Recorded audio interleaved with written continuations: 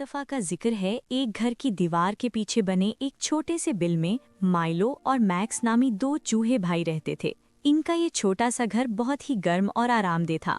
वो दोनों नर्म ऊन से बने अपने छोटे बिस्तरों में सुकून से सोते और सारा दिन लजीज पनीर के ख्वाब देखते थे। सब कुछ बहुत अच्छा था, बस एक छोटा सा मसला था। रात होते ही जब सब खामोश हो जाता तो माइलो का बड़ा भाई मैक्स इतने जोर से खराटे लेता कि बेचारे माइलो की नींद उड़ जाती। वो पूरी रात करवटें बदलता रहता और उसे ऐसा लगता जैसे कमरे में कोई इंजन चल रहा हो। एक सुबह नाश्ते के दौरान माइलो ने एक बड़ा फैसला किया। उसने मैक्स से कहा, भाई मैं अब बड़ा हो गया हूँ, मुझे अपना अलग घर ढूंढना चाहिए जहाँ कोई शोर ना हो और मैं सुकून से सो सकूं। मैक्स ने उदासी से माइलो को देखा, उसे प्यार से गले लगाया और कहा, ठीक है माइलो, तुम जा सकते हो, लेकिन याद रखना तुम्हारा ये बिस्तर यहाँ हमेशा तुम्हारा इंतजार करेगा। माइलो अपना छोटा सा बैग लेकर मुहिम जोई पर निकल पड़ा। उसे बेडरूम का कालीन एक बहुत बड़े मैदान की तरह लग रहा था।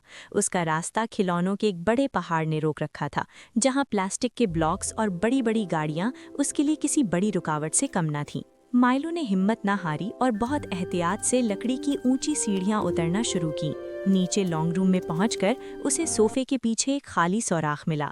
माइलो खुशी से झूम उठा और सोफे के नर्म परों से अपने लिए एक मखमली बिस्तर तैयार किया। लेकिन अभी उसकी आंख लगी ही थी कि अचानक टीवी की तेज रोशनी और आवाज़ों ने उसे डरा दिया। वो वहां से भागकर किचन में पहुंचा, जहां काले और सफ़ेद खानों वाला फर्श किसी बड़ी शतरंज की बिसात जैसा चमक रहा था। फ्रिज के पीछे उसे एक नई जगह मिली जहां से पनीर की लजीज खुशबू आ रही थी। उसने किचन टिश्यू से बिस्तर बनाया और सोचा कि अब वो यहाँ सुकून से सोएगा, लेकिन तभी बर्तनों के टकराने और सिंक में गिरते पानी के शोर ने उसे बदहवास कर दिया। थका हारा माइलो दोबारा ऊपर की तरफ रवाना हुआ। वो इतना थक चुका था कि बार बार उसे जम्हाइयाँ आ रही थीं। वो बाथरूम में पहुंचा और रुई के गालों के पीछे एक छोटा सा बिल ढूंढ लिया। उसे लगा कि यहाँ उसे कोई तंग नहीं करेगा, मगर जैसे ही वो गहरी नींद में जाने लगा, शावर चलने की आवाज़ आई और हर तरफ धुंध और पानी का शोर भर गया। माइलो अब बिल्कुल हिम्मत हार चुका था। आखिरकार वो वापस अपने पुराने बेडरूम में आया, जहां अब सब कुछ खामोश था और चांद की रोशनी खिड़की से अंदर आ रही थी। जैसे ही वो अपने पुराने बिल में दाखिल हुआ, मैक्स ने मुस्कुराकर उसे पनीर का एक लजीज टुकड़ा दिया और उसे बिस्तर में टिटा दिया।